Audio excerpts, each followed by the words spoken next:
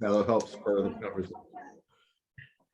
Got it. All right, it's up to you, Argyle. All right. Hey, welcome, America. This is Argyle, and I'm here with Jim. And we just way of history. We've kind of known each other for decades, and I do mean decades. Like our relationship is like so old that it's probably got dust on it, right?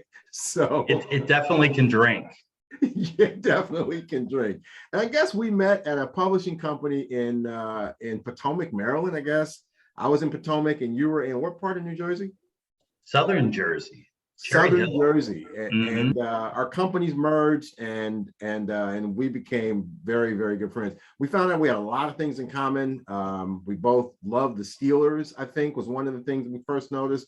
Yeah. We both loved. As we got older, we both realized that we have this deep love for bourbon. We have deep love for intelligent conversation. We both really, really love Notre Dame football and Prince. And that's kind of how we started our relationship. I was trying to make you. I figured you would be apoplectic over that. I'm fine. I have a bucket. But Jim, is always one of those guys who's kind of forward-thinking, heavy in thought, deeply intellectual, and he approached me one day with this idea about, America and kind of where we are, and came up with the idea for the Tribalization of America. So welcome. We're broadcasting from Parts Unknown, and the podcast is the Tribalization of America. And I'll turn it over to Jim so you can tell kind of why you were compelled to create this. Yeah, it was, and to start off, I certainly am not educated, or I should say formally educated in sociology or anything of those disciplines.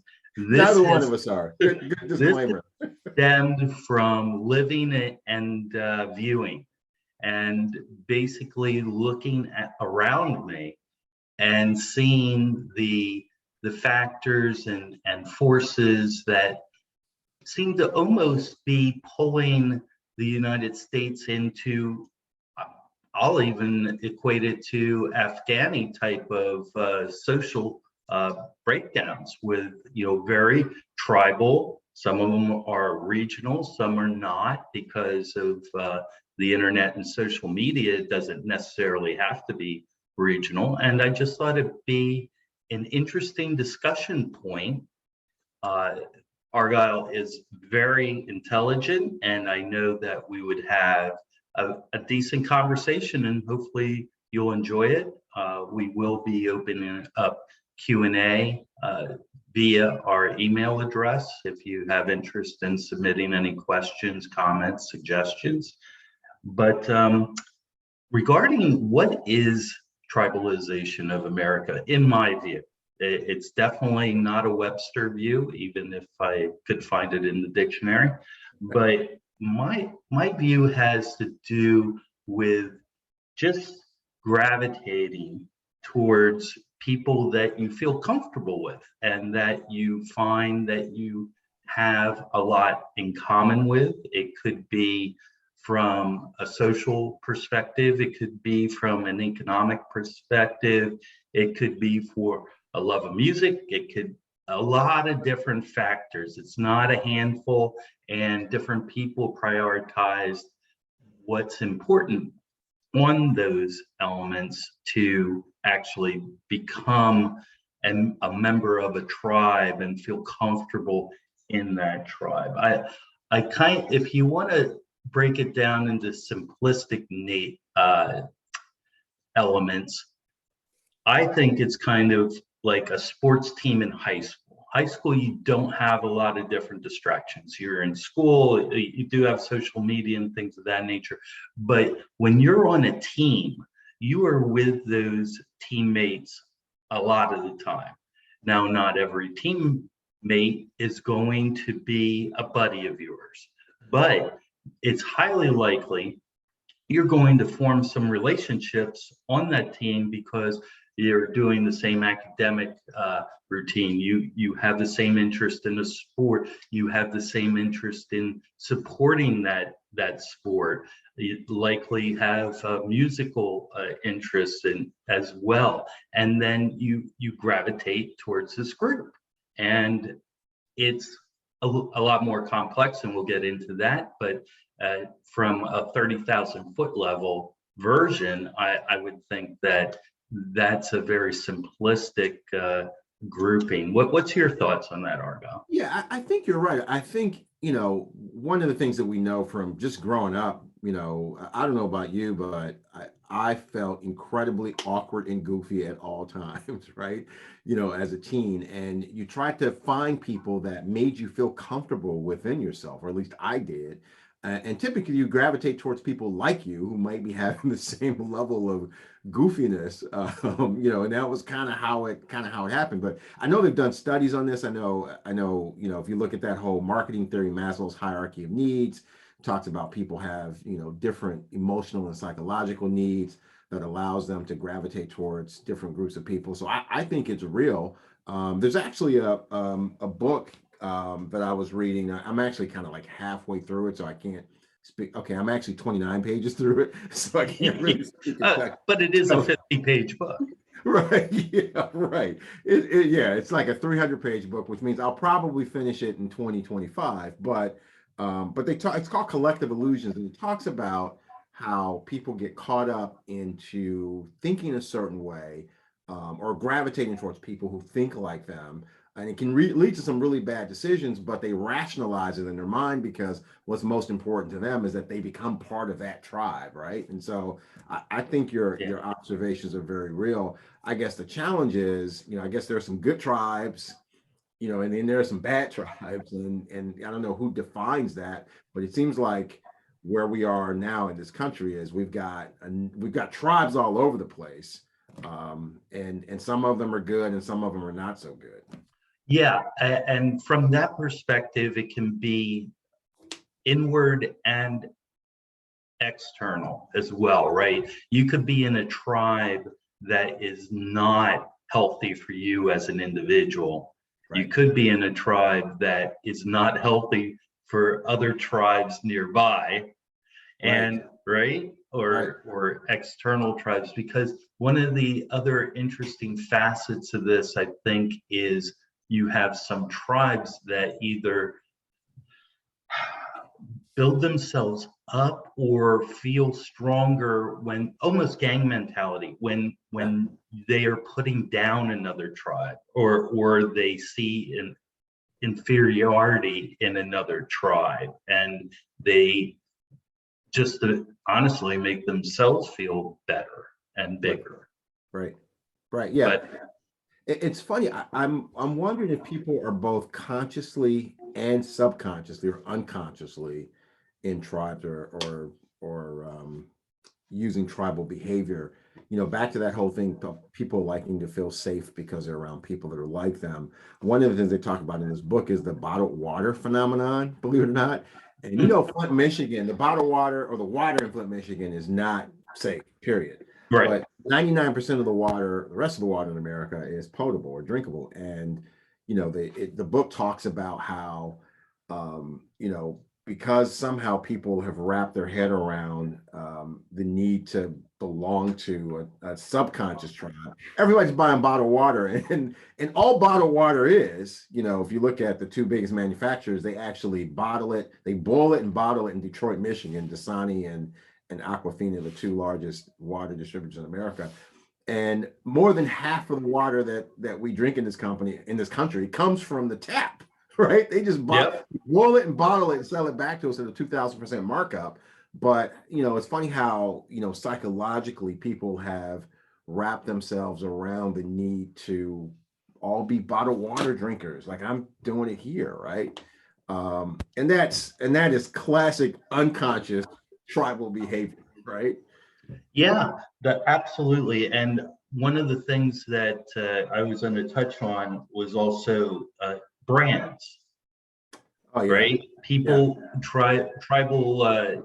You get into a brand, and it can be just from marketing, Yeah. and you feel that should be a brand, or it could be marketing against the brand. I don't know which car manufacturer came up with this, but it was, assholes drive Infinities, and that became I a thought thing. You ever assholes hear that? drove. I know, but I thought assholes drove Teslas. Right, right. Or assholes make Teslas or create Teslas. I'm not calling Elon Musk an asshole, but Right. maybe So, I have a very good friend of mine that could be the nicest person I maybe have met. And, she drove an Infinity, and, I didn't put much stock into that. But as I'm driving down the turnpike, and if that Infinity cuts me off, goddamn, there's an asshole. that's right. Yeah. Yeah. I will admit, I drive a particular brand car, and we all wave to each other in traffic. Like, it's kind of bizarre. It's like its own little club. Jeep owners are like that. There's a lot of Mustangs. Another one. I know someone who had just recently got a Mustang convertible, and she's like, all of a sudden people are waving at me in the Mustang. Yeah. So it all speaks to that sense of belonging, and what we have is we're proud of what we have. Yeah. And then you have other individuals that are in tribes that unfortunately financially might not be able to achieve those type of things, and they get angry at the people. They get angry at the other tribes. Yeah. It's funny you mentioned that. So I wonder, with tribalism, how much of this collective, how many people belong to these tribes where they have these collective illusions where their tribes are based on falsehoods, but they don't even care. Like, right. they'd rather be wrong and in the tribe than to be right and not in the tribe, right? Like, yep, absolutely. They could be completely out in left field, but they're not alone in left field. They have a bunch of friends with them. Right. Yeah, exactly. And they're very comfortable out there in left field, right? Right. Exactly. Right. So here's what I decided, that it might be a good idea to take some names. All right. And put you on the tribal hotspot. Oh. I'm going to say the name. All right. And I want you to tell me what tribe you think they belong to. Okay? You have 5 seconds or so to think of the tribe that they belong to. So, all right. I feel like I'm on Weekend Update.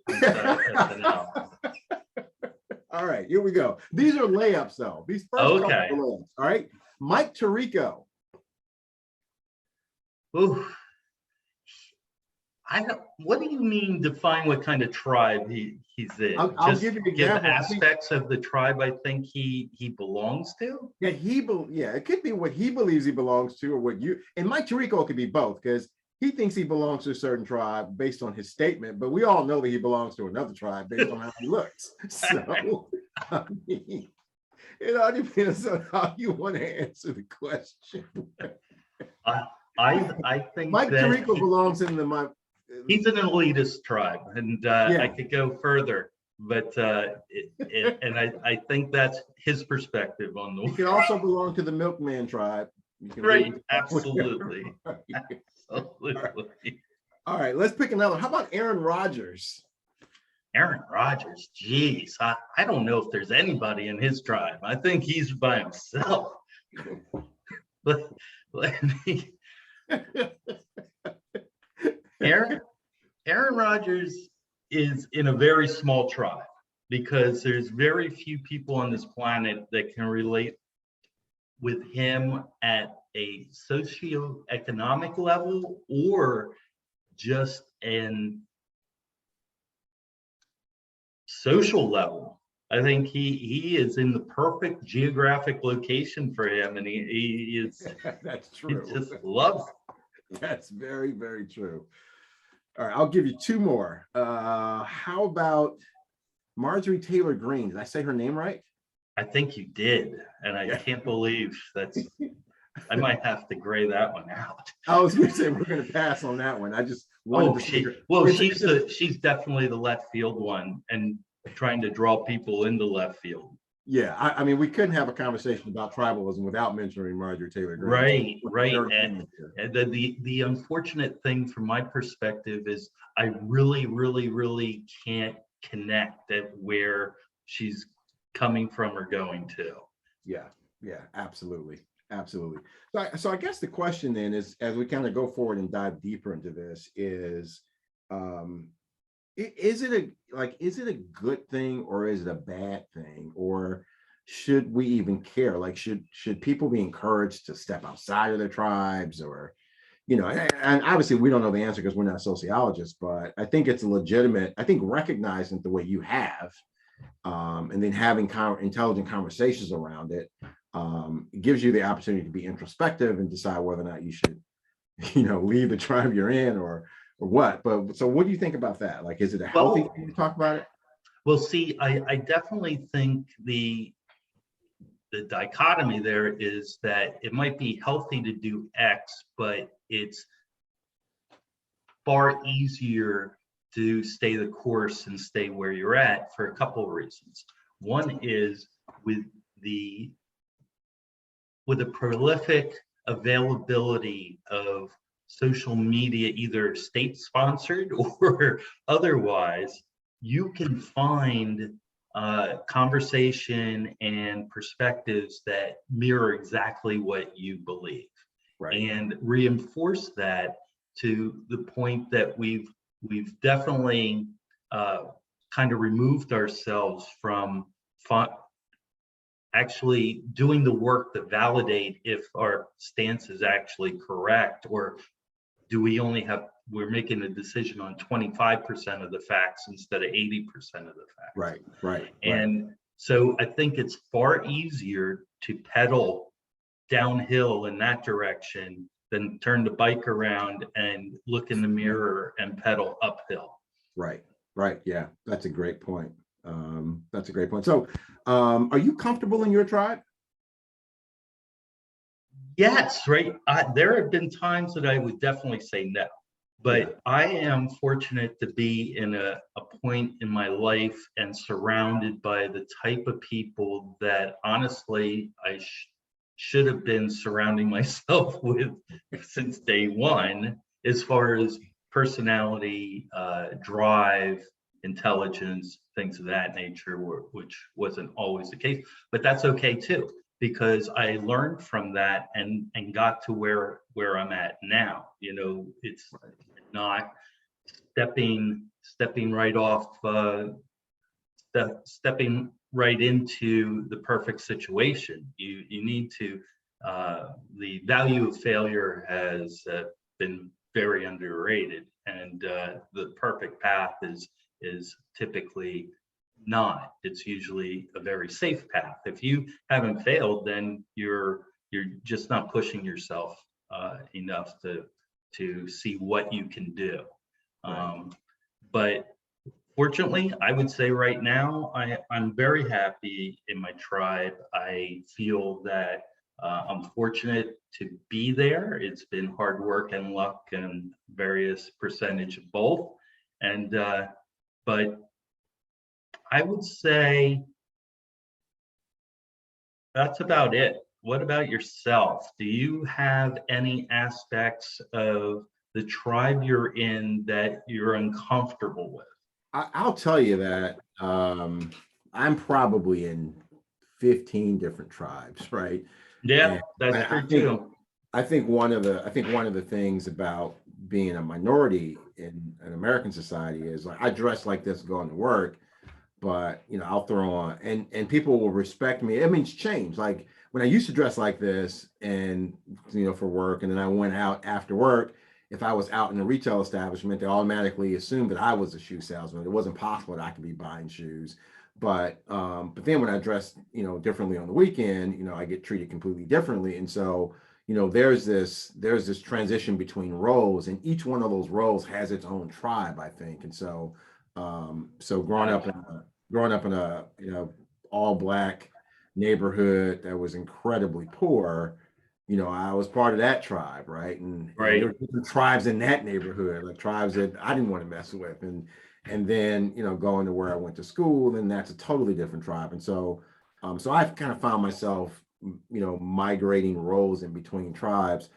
I have to say that, I think Will Smith said this a long time ago. You are I don't know if he created or someone told him and then he told the story. You're the average of the 5 people you spend the most time with.